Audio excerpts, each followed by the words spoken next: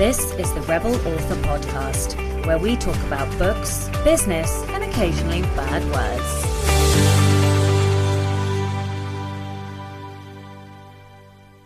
Hello, Rebels, and welcome to episode 55 of the Rebel Author Podcast.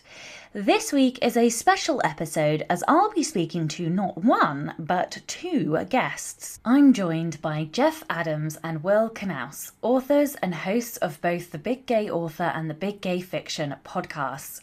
We'll be talking all about how to run a podcast as an author. They'll provide tips and tricks and a lot of juicy information that I'm sure many of you will find useful.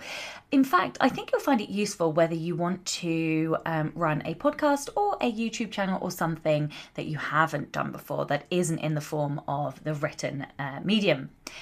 But first, to not last week's question, but the week before, which was, where do you want to be this time next year in your writing or your business? So Kerry Hardisky said, in 1 year, I would like to have a chunk of my series skinny drafted and my credit card paid down enough that I can go on a writing retreat and also work on my Patreon page. Val Neal said, if you'd asked me a year ago, I would have said published, but 2020 has been a bitch. So I'm hoping to just finish another book and have it revised and edited by the end of next year. Erin McKnight said, I want to be publishing my debut novel. I had originally planned on doing it this year, but a family emergency put me behind by a good 6 months. It's okay. I refuse to give up. Tom Fowler said, in a year, I want to have both my series doing well and be better positioned to go full time. Michael Nasberg said, I'd like to be on my way towards moving out of my current pen names and genre and into the genre I'd rather be writing. Oh, mysterious. Stacy said, have my current WIP published and editing my second novel, also finishing up with my author accelerated book coach training. Victoria L.K. Williams said, I would like to work on getting the family debt down and produce more books. I have the outline ready for my next series and hope to have 3 books done by the end of the year. I want to continue to learn as much as I can about the craft, promotions, and, God help me, the advertising in the industry. So not much then. And last but by no means least, April Jones said, I'm going to daydream and say I'd like to be signing a deal with one of the big 5 for any one of my novels. But back on planet Earth, I'd be happy if I can be working with an agent this time next year. So my question this week is, do you prefer audio or video mediums? And I suppose likewise, do you prefer podcasts or YouTube? I'll be really interested to see the preferences and maybe even tell me, I guess, like when you listen or watch each and if there's a time that you prefer each one. I'm just curious at the ratio and breakdown. The book recommendation of the week this week is the book that I am actually reading. I am not even at the end of this book. I am 200 pages in and oh my goodness me, I am going to run out of sticky tabs. This book is absolutely exquisite, and if you want to learn how to write good quality or even, I take that back. If you want to learn how to write beautiful prose, then read this book. This is called The Invisible Life of Addie LaRue by V.E. Schwab.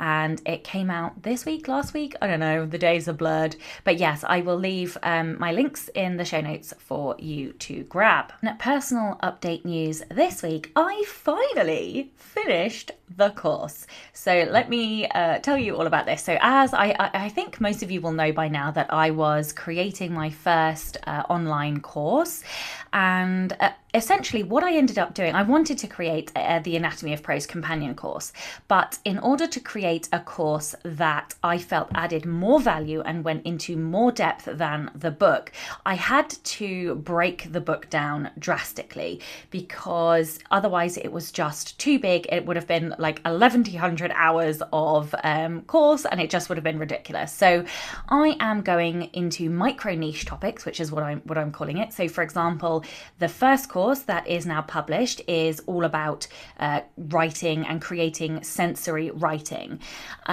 So I might do a course on description, for example, or I might do a course on dialogue. I don't know. We will see where this goes. But the first course is all about capturing and using the senses to create better, deeper, richer writing, deeper characterization, better world building. So yes, engaging the senses and getting your characters to convey what they're trying to convey with more depth.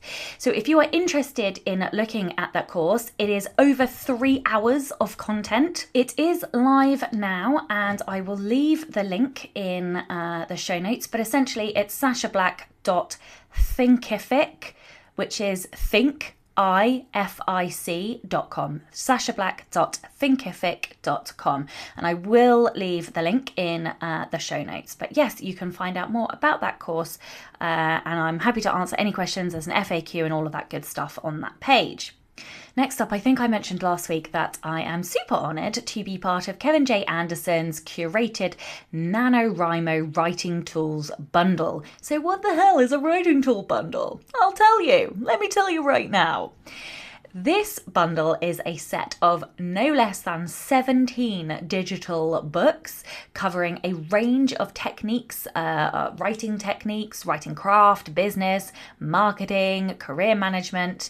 There's also a course from WNG, which is Dean Wesley Smith, and it's got mega indies books in there, like Scott King, Sarah Painter, Joanna Penn, yours truly, Andrea Pearson, obviously Kevin J. Anderson, Leah Cutter, who else? Brian D. Meeks. So it is a whopper of a bundle of books, and it's a pay what you like system.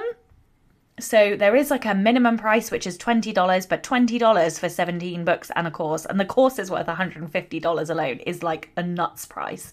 So yeah, it's worth it. So if you are planning on doing NaNoWriMo, or even if you're not planning on doing NaNoWriMo, but you would like to improve your craft, improve your business, your mindset, your audio skills, then go check it out. I will leave a link in the show notes, and I think this bundle is going to be out until the end of November time. So I'll mention this a few more times. So yeah, go and check it out.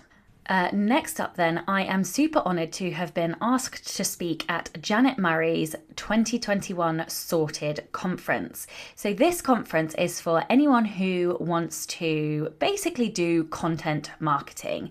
It's essentially a 2-day content planning masterclass for coaches, creatives, authors, entrepreneurs. And I'm going to be speaking all about self-publishing. And there are some amazing sessions. I'm even interested in some of the sessions. I can't wait. I think it looks amazing. So yeah, I'm going to be attending as well as speaking, of course. And yeah, if you would like to check it out, then I will leave a link to that. And the other thing I was going to say actually is just to give Janet a massive props, really. I have been listening to her podcast, which I will leave a link to, and it's amazing. Her podcast is so jam-packed full of ideas every single week. I'm like having to stop and take notes when I'm listening, which led me to buy her 2021 content planning diary. It might not be for everybody. If content planning isn't on your radar, then it's probably not going to be useful. But content planning is definitely, I definitely do content marketing. This is content marketing. So yes, I have brought her planner and it will arrive in November. So I can't sort of comment on it now, but everything I've looked at so far, it looks amazing and will help me structure. And what I would like to do is have, I guess, a few more themes, maybe like theme months or theme quarters or something for next year, like with the podcast and with like blogs and books and things like this. So yeah, that's why I have brought her content planner. So I will leave a link to that in the show notes as well. More personal updates. it was a tough week last week. I have burnt the candle at too many ends and I'm exhausted. I obviously needed to finish my course. I was doing a webinar last week. I've been doing a crazy amount of stuff all in the background, and I am super tired. And on Friday, my son got sent home from school because somebody in his year group bubble got COVID. So now he's off school for a little while, and I don't really know how I'm going to get my work done, but it's fine, everybody. Everything's fine. It's all fine. I'm not panicking. I'm not. Promise. Okay, I'm really fucking panicking. It's fine. It's not fine.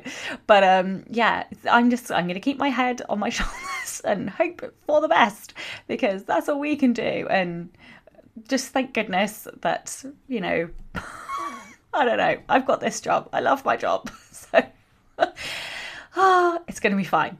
Anyway, so in the next week, because I don't really think I've given you a personal update of what I'm working on for ages. So now I've finished the course, I am moving on to, I've got a few like business structural things I need to do. I need to finish moving my mailing list from MailChimp to MailerLite, which involves redoing all of my, what are they called? Autoresponders.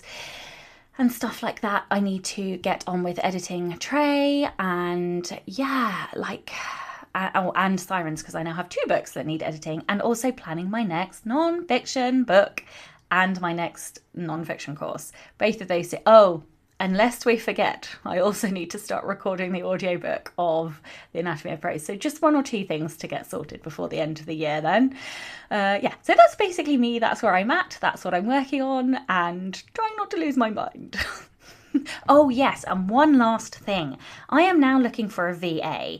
So I definitely think it's time for me to get a VA. So initially I will be looking for somebody who will be willing to do some of the podcast like admin stuff around the podcast. So if you guys have recommendations or you know of people, please do let me know. I've got one person I am looking into at the moment, but actually I've got 2 people I'm looking at. But yeah, I am always open to recommendations, and if you do have skills, particularly in and around podcast administration, then please do let me know. It's time. It is time. I need help. I'm going to lose my mind otherwise. So yes. Alrighty, Listener Rebel of the Week this week is Laura Kendrick. Laura said, when I was in primary school way back in the 90s, you say that like that was a long time ago. It really wasn't a long time ago. Oh my goodness me. They cancelled Sports Day. I instigated a protest, whipped everyone up into a frenzy that included chaining ourselves to fences with skipping ropes. Oh my goodness, you absolute fucking legend. And chanting and refusing to go back in after dinner too. Oh my God, this is amazing. You're in primary school. For those people who don't know what primary school is in the UK is from starting school until year 6. So it's until you're about 10 or 11. So Laura would have been anywhere from sort of 5 years old up to 11 year old. What an absolute hero.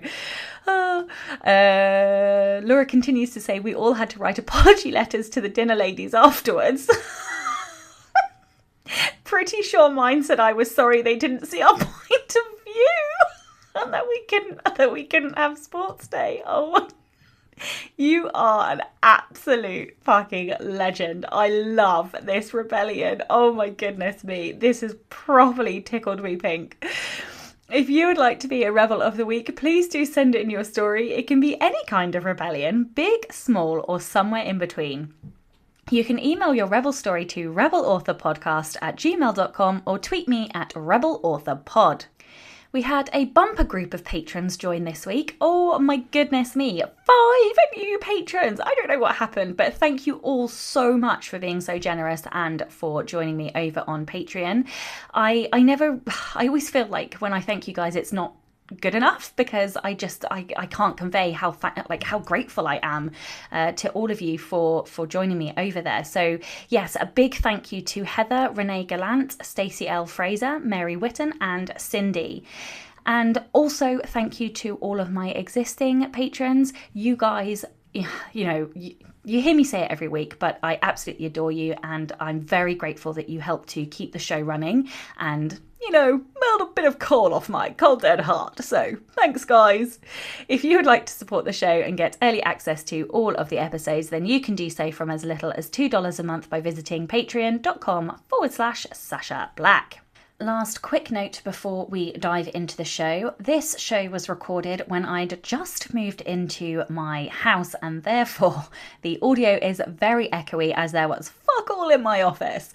So yes, apologies for the sort of echoey sound on my end. I thought I was at the end of all of those shows, but it appears this one was also recorded then. So hopefully you guys won't mind and you'll forgive me. Alrighty, this week the show is sponsored by Pro Writing Aid. Pro Writing Aid is an editing software and it is fan-fucking-tastic. I use it personally as both my last line of defense and as a grammar checker, I guess like a style editor, a writing mentor, all before I ship my manuscript off to my editor. Pro Writing Aid is about more than just finding grammar mistakes. It helps you learn good writing techniques too. It has over 20 different writing reports that make suggestions and then offer detailed explanations as to why they're making those suggestions. And if you don't like the suggestions, then they also have videos and quizzes to help you understand the reasoning behind the suggestions. Of course, writing can be grammatically perfect and still feel awkward and clumsy. So Pro Writing Aid searches out elements like repetitiveness, vague wording, sentence length variation, overdependence on adverbs, passive voice, complicated sentence constructions, and so much more. Now, obviously, Pro Writing Aid won't ever replace a human editor, but rather it helps you to self-edit your manuscripts to a deeper level so that when you do send off your manuscript to an editor, the editor will be able to focus on the meat of your writing and not spend their time fixing basic writing issues. So if you would like to find out more about Pro Writing Aid, then you can use my discount code REBEL25, and I have dropped a link in the show notes for you to find out more about that. All right, a whopper monster of a intro this week, but I did say I'd make up for it last week. Without further ado, let's get on with the show. Hello and welcome back to the Rebel Author podcast. Today is a super special episode because I am joined by not one, but two guests. Today I am joined by Jeff Adams and Will Knauss. Jeff writes male-male romance, often featuring hockey players as well as young adult novels. Will is an avid male-male romance reader and aspiring writer. Together, they co-wrote The Hockey Player's Heart. They also co-host Big Gay Fiction Podcast, a weekly show for avid readers of male-male romance, and Big Gay Author Podcast, which documents their journey to becoming full-time authors. Welcome! Thank you so much for having us. Hi. No, it's an absolute honor. I have been listening to, so you guys gave us a shout out, which was, in fact, I think you gave us 2 shout outs, which was super, super kind of you. So thank you very much. And I also heard you on Joanna's podcast, The Creative Pen, which was when I then started subscribing and listening to both of your podcasts. So yes, I'm sort of a short term, but have been listening for a few weeks now. So yeah, thank you so much for joining me. Could you tell everyone a little bit more about both of your journeys individually, and I suppose together, seeing as you've also co-written, and how you both got to where you are now? Do you want to go first, or shall I go first? I go first. My first story got written when I was in the 8th grade, long time ago. Got published in the little school literary journal. And I kind of just kept going from there. I was the geek that liked to write term papers. I went to school for journalism, so I was doing that for a long time. Started a literary magazine with a friend from college, which he still runs now, some 20 years later, so that's still going. Wow.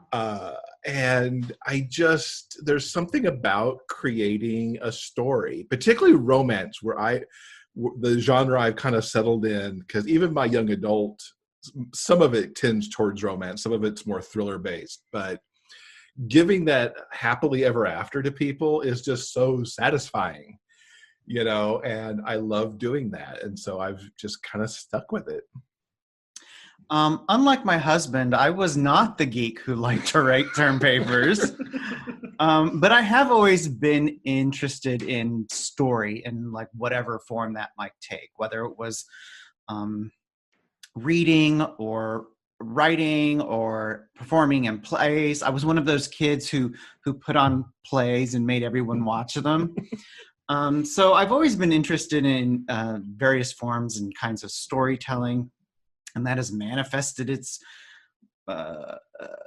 my creativity in many ways over the years. But eventually, I kind of settled on the world of gay romance. And a couple of years ago, I turned to this guy standing next to me and I said, "Hey, let's start a podcast." Since it was stuff that we talked about on a regular basis anyway, we figured we just hit the record button and see what happened. And here we are 5 years later. The Big Gay Fiction podcast is going pretty strong. We've got a really nice audience of engaged and passionate readers of gay romance. And last year, we started the Big Gay Author podcast, which is sort of a different take about, it's really about the flip side. We talk about fiction on one show, and we talk about the creative side on the author podcast. Mm. I'm just going to come back to something about happily ever afters. I don't know what it is about them, but I completely agree. And even though I write fantasy and I'm going to write dark fantasy, and even if I write dystopian, I think there will always be an element of romance in there because I just can't fucking help myself. I just love a good snog in there, and you know. Oh, yes. Okay, so is there anything else you want to tell listeners about your podcast? You've kind of already given a bit of an overview. So instead, let me ask, what made you get into podcasting? It was really beyond the fact that we were already having the conversations about the books in the house anyway. It was an underserved area, really, and it still, in our view, is an underserved area. There are many romance podcasts out there. We're part of the Frolic Podcast Network since last year, and there are many other romance podcasts sitting within that very network, but there aren't that many focused around gay romance. So it's like we were filling kind of that gap to talk about these books to people who want to hear some of that stuff in audio, because not everybody's going to go read a blog to read about the books. And it was an opportunity too, as we moved, we kind of evolved into being more of to having more of the show be interviews. We initially weren't sure we were going to have authors on a lot, and it was just going to be kind of us talking books. But then we started having authors on, and it's a way to put those authors in front of the readers. There's only so many events that you can do, and even less events now, especially in-person events. So it's a way to hear from your author about the newest book, what their writing process may be, how they determine, their characters and whatever. And for us, it was great talking to those people because it was so awesome to talk to the authors of the books that we love and learn more about it. And quite honestly, to even expand our network of people that we just know in the industry. Yeah, that's one of the things that I love about podcasting is getting to meet wonderful people like you guys. Especially when you have people in your ears for so long as well. It's then like, it's very strange because you feel like you know people, because you've listened to them for so long. And there's a real intimacy, I think, in having somebody in your ears in that way. So thinking, I guess, about both book sales and also your careers, you've sort of alluded to a bit the networking there, but what do you think the impact of podcasting is having on your careers? In terms of book sales, I don't think there is a direct correlation. I think when it comes to podcasting, no matter what your subject matter is, it's really mainly it's a platform. It's a platform for getting your message out there. So when it comes to the Big Gay Fiction podcast, we're talking to a dedicated fan base of gay romance readers. So whenever Jeff and I end up having a book released, we can mention to them, hey, guess what? Here's a book you might like. So we may get some sales tangentially that way, but as you said before, podcasting is actually a remarkably intimate way of communicating with people. They listen to you on a regular basis. They listen to you, if they've got their earbuds in, doing their like everyday lives, like walking the dog or doing the dishes or doing chores around their house, whatever they're doing, they're living their lives with you right there next to them. So I think it's a really interesting and it's a remarkable way to build rapport and just what's the marketing thing? Know, like, and trust. I think podcasting is a remarkable way to build that. So really the podcasts, both the author and the fiction podcasts, are really kind of a foundation for things that we're going to do in the future. We've been doing the fiction podcast for 5 years.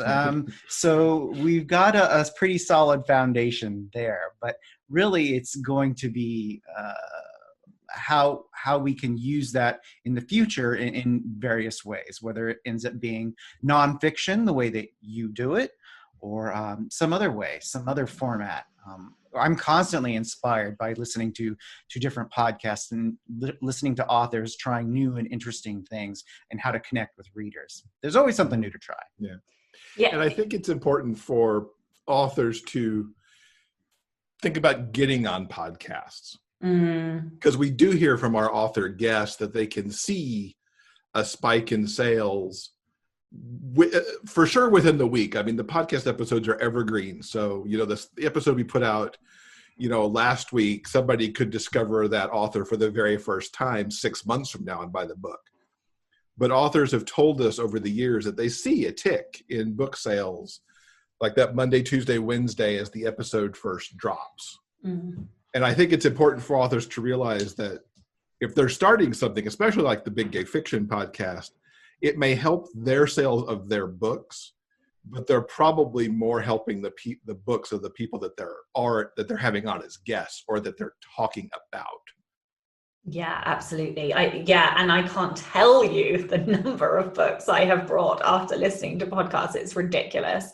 Although I do also buy the hosts' books, but I think that's just because we're in a niche and, lots of the podcast hosts are writing books in the genres that I read. So that also helps. I was going to come back on something.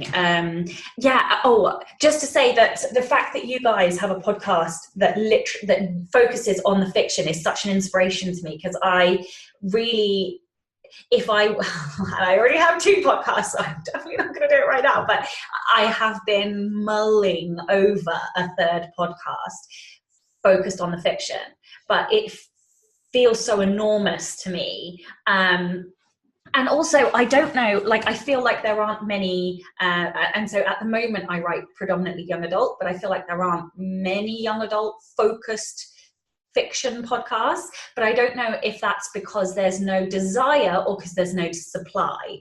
But yeah, and also I don't know if I'm going to continue to write young adult, but I love that you guys do it, and I just wish I could throw myself over. He's heard me say more than once that I would like to start a YA podcast because I do feel it's underserved. We cover YA within our show because I love it so much.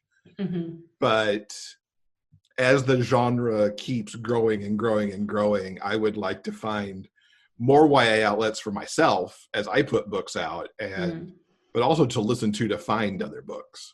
Yeah, absolutely. Yeah, I completely agree, because at the moment I get a lot of my YA recommendations on Instagram, and that's it. Yes. Okay. Right. Focus, Sasha. What are the best and worst things about podcasting for each of you? I love playing with the tech. I was the AV geek in school. I was the one setting up the film projectors and the video projector and whatever had to get done. I had a mixing board as a kid because I liked messing with audio and stuff. And getting to geek out on the tech, because I keep finding new things to use that improve my systems. I love that. On the flip side, connected to that occasionally is the time it takes to produce sometimes. You're catching us as we record this in July, early July. We just did a whole bunch of programming for Pride Month. So we went above and beyond the 6 episodes that we would have normally had in June and then did 15 more. That was a little more than I anticipated the work to be. And so I'm kind of recovering from that now. But sometimes it's how long it takes to produce it, but I also love producing it. So it's a bit of a give and take there. Yeah, and I think one of the joys of podcasting is that you get to talk about something you love every single week. Mm-hmm. So that's a certain plus. Mm-hmm. But one of the problems I personally run into is that in order for a podcast to run smoothly, you usually have to come up with systems, which means that you sit down and you record at a specific time every week. We tend to do it very early on Saturday morning. And you know what? Some days I just do not feel like doing that first thing Saturday morning. Either I'm in a crappy mood or for some reason I'm foggy and the words just don't come. Until you have a podcast, oh my God, words are so damn hard sometimes. So hard. Yeah, I'm giggling because I started talking to you guys with basically no words because I'd just come off another podcast and I am talking about how I hit a wall earlier on today and just monged in front of the TV for a good hour. I watched a film with my son and I have no fucking clue what happened in the film, even though I was staring at the TV. Oh dear. But yeah, I so know what you're talking about. The worst for me is so I do like an intro to every episode, and obviously that's recorded at a separate time the week it goes live. And so my patrons always get the episode on Sunday. And if I've been disorganized or moved house or done stuff, then I end up recording them on Sunday, which is so difficult because it's the end of the week and I'm mashed in my brain. And so I always like doing it in the week, but most of the time, like recently, I've not been able to, and it's just so hard to find words. I just feel your pain. Okay, I know a lot of listeners are interested in podcasting or audio in general, but are concerned that doing that and creating them is a super technical process. So maybe this is to Jeff, like, do you have any advice for those writers who are, I guess, afraid of the tech, but really want to podcast? Don't be afraid of the tech, especially these days. There's so much easy and cheap tech, and you don't have to sound like you're in a recording booth. I mean, we started with a $100 Yeti microphone and freeware from where we use Mac. So it was a freeware audio editor. And, we started generating episodes that way. We've upped our tech significantly over the years, in some cases, because I want to play with the tech. But it's just so easy now. Even if you're going to create, and I would take it a step beyond podcasts and think about even doing Facebook Lives. I mean, in the pandemic, we've seen so many virtual conferences happening, people getting together for panel discussions on Zoom or whatever. And I think it's important these days for authors to be aware of the tech and even have it on hand so that if somebody says, hey, I'm doing this thing, want to come do it? And you're able to say yes, provided obviously nothing else in your life is happening, but you don't want the tech to hold you back from that. Mm-hmm. And you can get, I mean, the HD webcam we've got, that was $100-ish. You can get good mics for $100. Plug and play USB for most computers at that point. And then from there, if you're editing, there's easy software out there too. There's a beautiful program called Descript that can turn your audio editing into essentially editing as if you were editing in Word by how that works. So, and that too is a relatively low cost monthly subscription. So it's out there to do it. And I think you need to do it, because whether it's Facebook or podcast or even creating things for your readers in some cases, that even if you're not podcasting, to be able to put stuff out there, I think don't hide under the tech. Yeah, and Descript is amazing because it can also help you snip things out, like that you can then use for audiograms and things, which are all exciting social things that you can share. What was I going to say? I was one of those people who was scared because of the tech. I thought I couldn't do it, and then like I when I'm afraid, I have to go and do the thing. But it's not hard. If I can do it, anybody else can do it. What made you take that first leap? What made you get over your fear?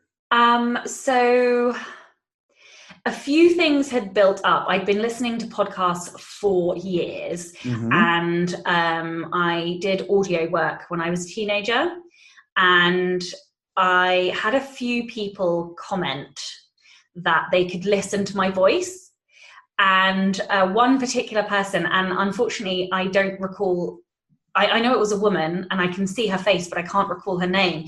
And it was at the 20 Books to 50K in Edinburgh conference. And she just pulled me over and said, you should use your voice. I really could listen to you. And I can't remember the exact words that she said, but it just tipped me over, I think. And I was like, okay, I've heard this enough times now that I ought to do something with it. And so yeah, I was like, okay, fuck it, this is going to happen. And if I fail miserably, then at least I tried.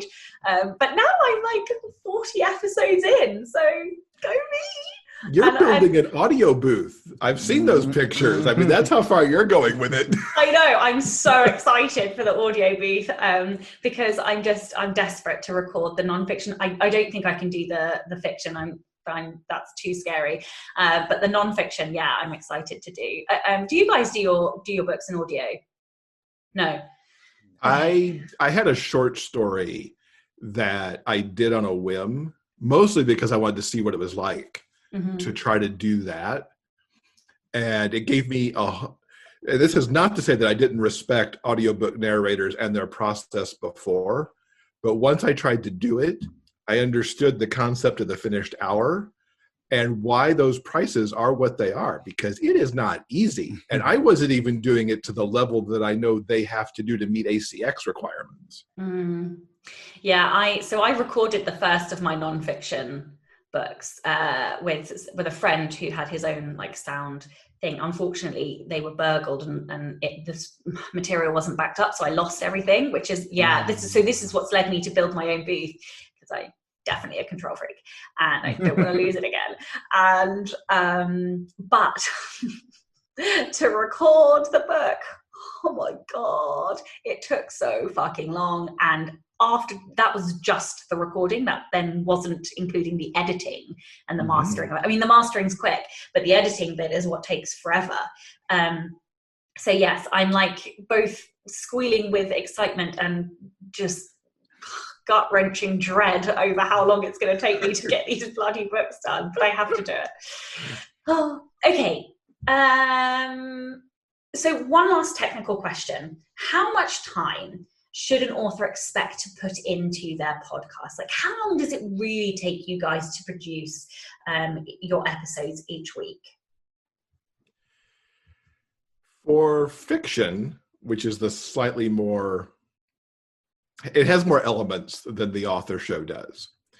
When you include gathering the interview for the week, recording our bits for the week, putting it all together from the very beginning to having it all uploaded and all the audiograms done, probably about 5 hours a week, maybe a little bit more. Depends on how many audiograms I'm making and all that stuff, how many elements there are. The author show happens much faster. We record that Saturday morning. and usually it's dropped by lunch. Yeah. So, Yeah. soup to nuts, it's very quick, and I could do it that quick because of Descript. If I did not have Descript, it would take me a lot longer to deal with that edit because words are hard, as we covered earlier. And I think that you brought something up here that I think is extremely important for authors to consider around podcasting is, if you're going to do that, how does it impact your writing? Yes. How many words are you giving up to do a podcast? For a lot of authors, 5 hours not writing could be up to 5,000 words, especially if you're doing dictation. So you have to think about that, because if you're podcasting too, you've got to keep your listener expectations in mind. If you say you're going to be there every week, you need to be there every week, or do it less and be, twice a month, every other week, whatever that looks like. But if you decide to do it, I think that's almost more important than the tech hurdle, is being in the mindset of, I'm going to do this. But consider too that you can, do seasons. There's a lot of way to slice and dice it to set listener expectations, but it's important to do that. Yeah, one thing that I do is I tend to block interview. So I this week I've probably done about 10 interviews, but then I won't have to do any interviews for several months, and then they just eke out over the weeks. So that, but yeah, that's such a good point. And I don't think if I were still part-time or still in a day job that I could do the podcast, because it would take up too much time, because I find it's about the same. It's about 5 hours of work per episode, which is only an hour long or 45 minutes long. Okay. In terms of strategy, you guys podcast in a niche area. I try to serve a niche audience too, in that although it's wider in terms of it's for creatives who like a bit of swearing and rebellion and sarcasm. So how important do you think it is to have a strategy with your podcast? And do you have any tips? When we started out, our strategy was pretty vague. It was just sort of, let's do this and see what happens. And over the years, we've kind of refined what we want the podcast to be, and what we want to accomplish with the show. So I think you need to talk about that whole why concept, because while there may not be a strategy, there's the why, and I think you articulate that far better than I do. Well, like both Jeff and Sasha have already said, it can be a hard grind if you're doing a show every single week that takes up several hours. That's a large chunk of your life. So it's important to understand why you're doing it. And I think this applies to any creative activity, of course, but especially when it comes to podcasting, understanding your why is really important, because that's going to not necessarily, I don't think, inspire you to keep working, but it's at least a goal. It's a reason to keep going when things get really hard, or you're really tired, or you don't know how to say words anymore, and you've recorded the same introduction for the 50,000th time.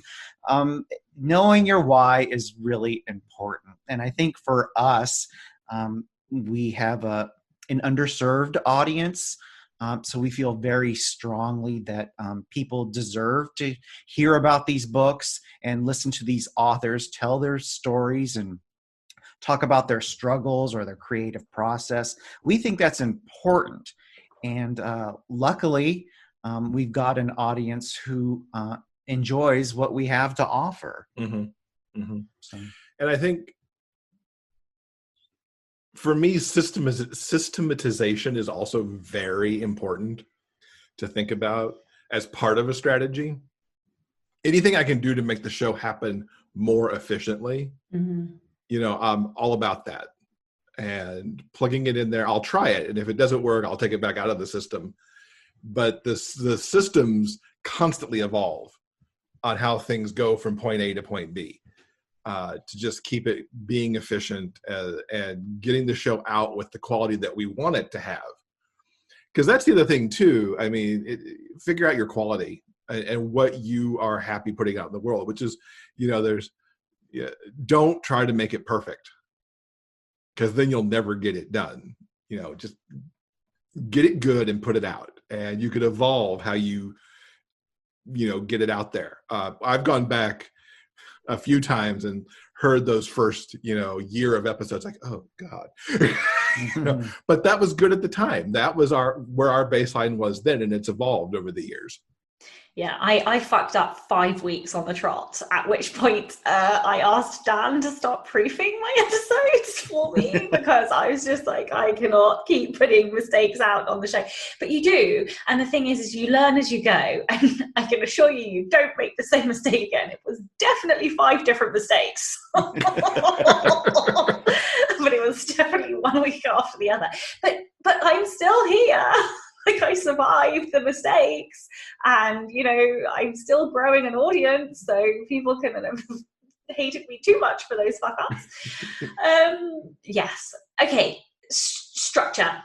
You mentioned your structure. You have lots of elements in your podcast. I also have lots of elements in my podcast, which may or may not have been a mistake. But how do you guys structure your podcast? And do you think for listeners wanting to do a podcast that it's important to have a structure or to be a bit looser? Let's pause for just a moment. And I say that because the landscaper's about to walk by with the blower. I thought he was done. He's already done this once today. Maybe he's not really coming. I think you're fine. If you hear it, we could pause and come back if it actually gets there, because maybe it won't. So structure. I don't think you actually have to have a structure. We wandered our way into a structure, knowing what we wanted to put into the show. Between, like, for fiction, it's updates on the week, which could be, what thing did we watch that we don't necessarily want to talk a lot about, what newsy kind of things happened out in the world or whatever, and then reviews and the interview. And so some of our elements in there, we break those elements up with usually ads for a book or ads for the podcast network or whatever comes in there.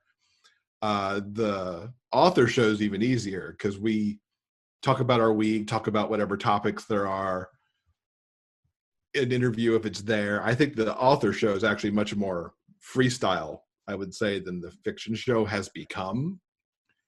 But I think we started, and I don't think we had a structure when we started. Just kind of like, well, here we are. Yeah, I think when we started, we were listeners of podcasts first. And once you've listened to a couple of podcasts, you kind of know what you like and what you don't like. So you sort of take that and use that in your own show. We steal from Joanna Penn all the time because she's been doing this forever and she knows what she's doing. I shouldn't say steal. We're inspired by Joanna an awful lot. It's really up to you. Is it if you've got a co-host, is it just sort of a freewheeling conversation about how your week went, or are you tackling different subjects on a rotating basis? So I mean, there are lots of different options. Do it one way one week, and if it doesn't work, try it another way another week. It's up to you. Yeah, there's a lot of freedom. And I think for us, the book to read in all this is Joanna's Audio for Authors. Mm-hmm. There's so much good stuff in there, but there's also a book called the Big Podcast. Is that what that's called? Are you looking at me? Because you read the book too. I'll have to send you the link I'll have to send you the name of it for the show notes. But I think it's called the Big Podcast book or something like that. It's a ginormous book. It covers everything you'd ever want to know about podcasting and starting and everything to think about too. Mm-hmm. Yeah, I read a couple of books before I started podcasting, but not Joanna's. Obviously, I read that afterwards because I'd already started. But even after having podcasts for so many episodes, and then I read her book, and I still came out with a gigantic list of things that I could tweak and make better. And right? I was like, oh fuck, what did I think of that? Doing this for 30 episodes. And I also, shamelessly, I adore her podcast. I've listened to it for years, so yeah, I'm definitely inspired by her. Okay, you guys podcast together. So what do you think are the most important things to consider about co-hosting a podcast? i.e., how do you avoid getting divorced?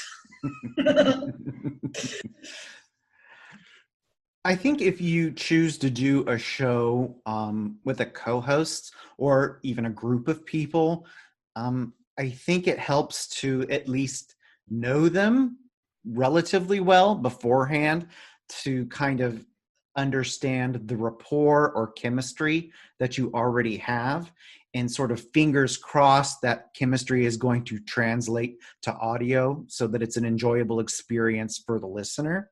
I don't know. We're kind of just we're ourselves when we record the show. It's the chemistry is the most important thing, so that there's an easy give and take if you're in a co-host situation. But I mean, we were together like what would it have been, 15 or 20 years before we started podcasting. So we kind of had our chemistry down. Yeah. When we started. And luckily we're pretty much in our business relationships, which, the podcast definitely falls under business relationship. We collaborate there well, whether it's figuring out the podcasts or the publishing directions we want to take, or there may be disagreement sometimes on how to get there, but then we easily navigate either the compromise or the, yes, your idea is better than mine, or whatever that is. We're able to navigate it without getting divorced or even really fighting about it. There may be a momentary groan or something. It quickly moves on from there. I love that you guys podcast and business together. I don't think so me and my wife make an absolutely amazing team in the real world. Like I'm trying to, like, we've lived in so many different houses, and we move house without arguing, which is almost impossible for like the majority of people. We are a fantastic team, and I'm just trying to think. So like, we've renovated this whole house together in such a short space of time, but I don't think we could work together. We'd kill each other. We're both like really, what's the word? What a word. Someone help me. See, words are hard. Yeah, words are hard. Well, I don't know. Anyway, let's just move on. Okay, so I want to go deeper. What is it like to work with your spouse? And also, because I've heard you talking about co-writing together, and the trials and tribulations of that. Same question. What's it like to write together as a married couple? The one book that we've collaborated on was a gay romance called The Hockey Player's Heart. And we originally pitched that book as a series. And how we went about the co-writing process was we both came up with the general plot outline and the characters. Jeff went ahead and wrote the first draft, and then I went and did a good portion of the editorial process. And things went pretty good. That book turned out nicely. People have seemed to have enjoyed reading it. And when it came time to write book 2 in that series, we essentially did the exact same process. Only this time we managed to hit every single pothole in the road, every pothole that we had avoided before. Unfortunately, the second time around, we were not as lucky. And that book was a freaking mess. It just did not work out. And I think what that process ended up showing us is that while we get along swimmingly in our everyday life and during podcasting, and we're a very happily married couple of many, many years, we may not be ideal creative partners. Or when it comes to co-writing a book together, I think we found out that we have very different approaches to fiction. So yeah, I think no matter how new or old a relationship might be, there's always something new to discover and uncover. Mhm. And if it comes to collaborating again in the future, we've got that failed book under our belt and we know what to avoid, and we'll come up with something different next time and try and figure out the process. Oh, brilliant. I love it. Okay, one of your podcasts is all about gay fiction. So tell me your must-reads for this year, and definitely include one of your own books in that list. I'd like to share two books really quickly. The first book is called The Hideaway Inn by Philip William Stover. This book came out not too long ago, and it is a really sweet and wonderful contemporary romance about a guy who, as a financial investment, buys this rundown inn, and he's basically gonna slap a coat of paint on it and then flip it because he's got a boutique hotel company that's really interested. So sort of like the financial side, that's really all he's interested. But once he returns home and starts working on this inn, he runs into a guy he knew before. He's a contractor, and they end up working together, and of course fall in love during the process. It's a really wonderful, charming, sweet book that's got a fantastic cast of quirky, wonderful secondary characters. Imagine Stars Hollow in the Gilmore Girls, and you kind of get an idea of the vibe that's going on in this book. So that's The Hideaway Inn by Philip William Stover. Is this the one with the homeless guy? I swear I listened to an episode the other day and you were talking about a book with a romance with a homeless guy in it he was house flipping. I don't know. I'll go back and listen to it, and then I'll let you know. That's not this particular one. Okay. That's a different one. And another book that I really want to quickly recommend is called Heartache and Hoofbeats by Maz Maddox. And this is the Centaur Shifter Wild West romance I didn't know I needed. Wow, that is a genre mash up. It is so, it's so, just to say that out loud, you're like, what? That doesn't make any sense. But when you read it, this book is so wonderful. It's about a Centaur Shifter. He's the sheriff of a small town, and he ends up taking into custody a guy who failed to rob a train. And so while he's in jail, they get to know one another and fall in love. And then they have to save the town from the desperados when they come riding in. It's, I can't even describe how amazing this book is. There's so many wonderful romantic, paranormal, action adventure elements to this story. It's called Heartache and Hoofbeats by Maz Maddox, and it's actually the first book in her series. So there's lots of other really weird, wonderful shifters in this Wild West setting to take advantage of.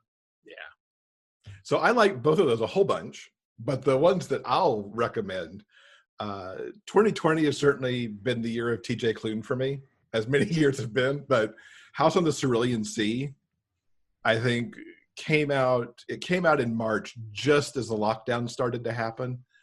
And it is so sweet and so kind and has this overall message of kindness and embracing who you are and not letting other people tell you not to be that person.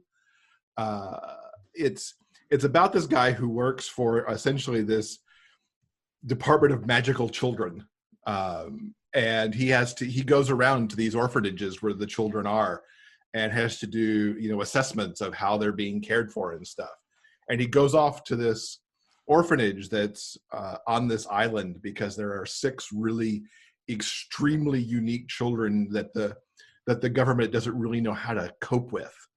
And he goes there to find out about the children and about their conditions. And he's very rules and regulations until he gets there, but then he really sees more about what's happening and who these children are and how they're under the care of the guy who runs the orphanage. It's so sweet. I just can't really put it into good words. I had a hard time reviewing it on our show, but it's the book you don't know you need in these weird times. And there's a really sweet romance that happens too between the guy who shows up as the assessor and the guy that's running the orphanage. It's so sweet. The other one I would recommend is called Finding Joy by Adriana Herrera. We love Adriana's work so much. Her Dreamer series last year was amazing. This new book, Finding Joy, is an MM romance between two aid workers who are working in Ethiopia. One is a guy who has returned to Ethiopia after having spent some time there as a child with his parents who were aid workers. And he's come back to do more work. And he falls in love with a guy who has grown up and lives in the country. And they have to navigate having this spark of romance in a country where homosexuality is illegal. And also what is happening, in the future when this particular project is done. And one's supposed to go back to the US, one kind of wants to go there for school. It's so sweet. And it's a perfect romance, and it's more of what Adriana does so well. So I can't recommend enough Finding Joy. And I guess for our own books, we've actually got two things out this year between us. We're appearing right now in a paranormal anthology called Heart to Heart, Volume 4. And congratulations on your bestseller tag. Yes, we got a bestseller tag off of that book, which was so exciting to be alongside those authors for our first Orange Banner.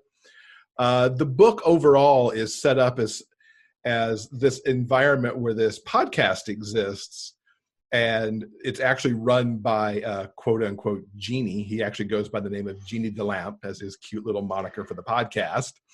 And he grants wishes to all these, paranormal types, werewolves, vampires, jackalopes, bunny shifters, whatever, through the podcast. And how the magic works, if the wish is asked right, it might work well. And if not, it might go a little sideways. But we got invited into the anthology to write the podcaster and his particular story. So that was a ton of fun.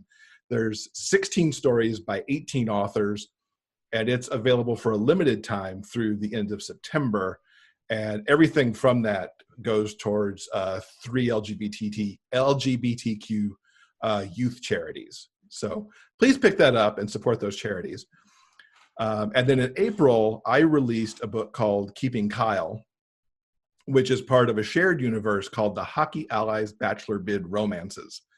And the 5 books that are in this universe all have a linchpin of taking place at some point at this bachelor auction, where the pro hockey players are being auctioned off for charity, and whoever ends up winning the bid, or however things connected to charity, that ends up and has their HEA involved in it.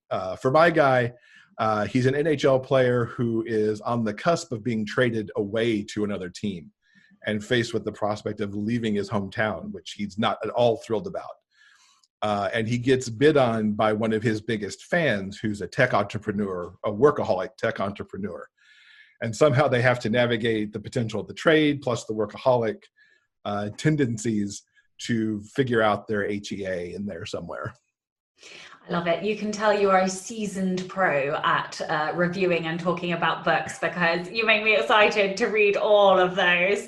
Please pick up all 6. Yes, they're really good. My wife is going to kill you guys. I have had enough book deliveries this week.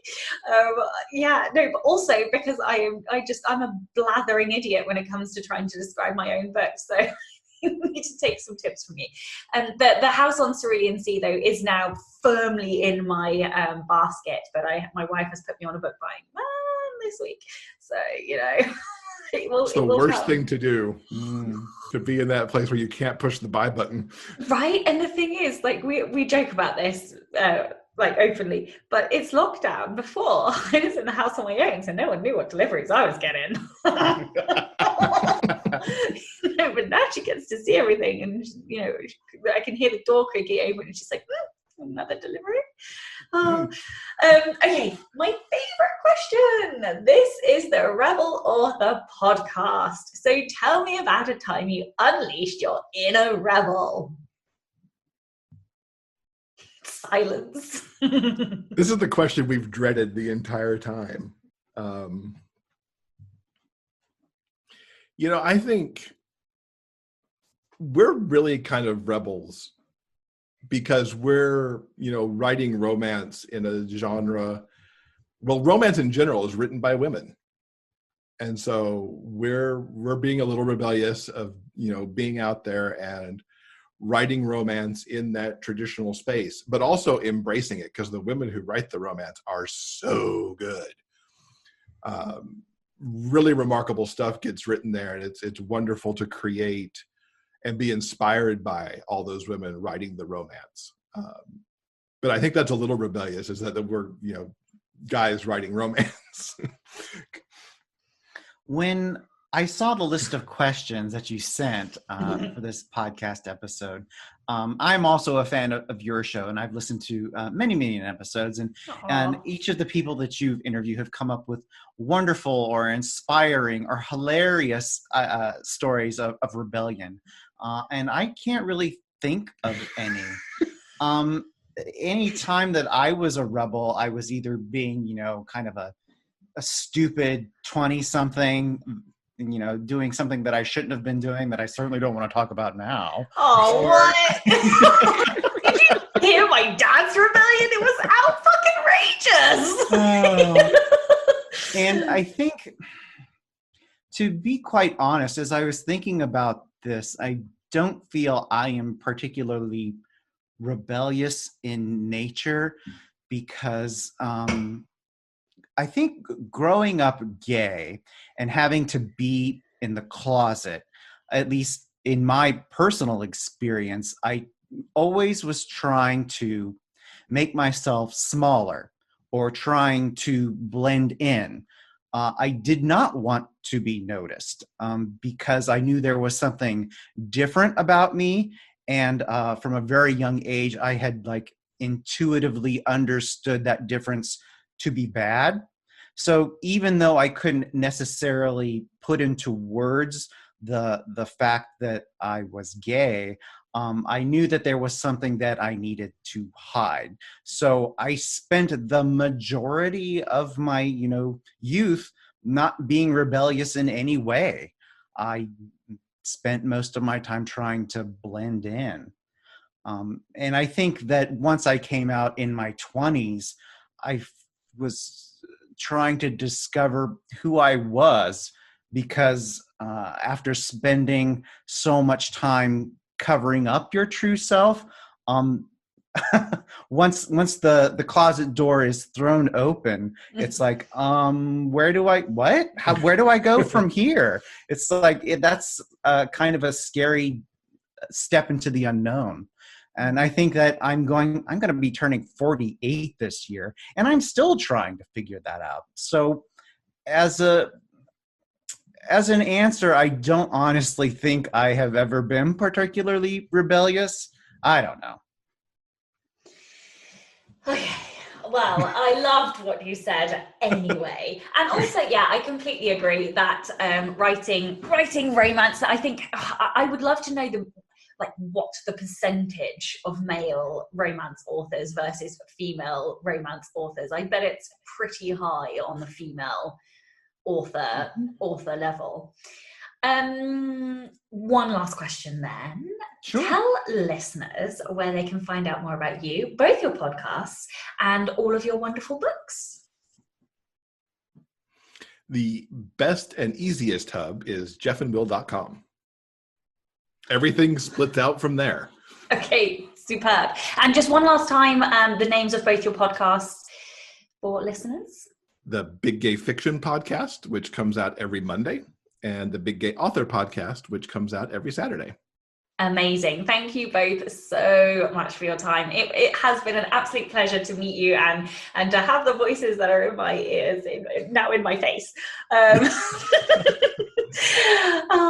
Okay, thank you also to all of the show's patrons. If you would like to get early access to all of the episodes, you can do so by visiting patreon.com/Sasha Black. Thank you also to everybody listening. I'm Sasha Black. You are I will edit that out. I am Sasha Black. You are listening to Jeff and Will, and this was the Rebel Author Podcast. Next week, I'm talking to a returning guest, HB Line, and we are discussing goal setting, and specifically goal setting for writers. Don't forget to tune in and subscribe on your podcatcher. And when you have a moment, please leave a review.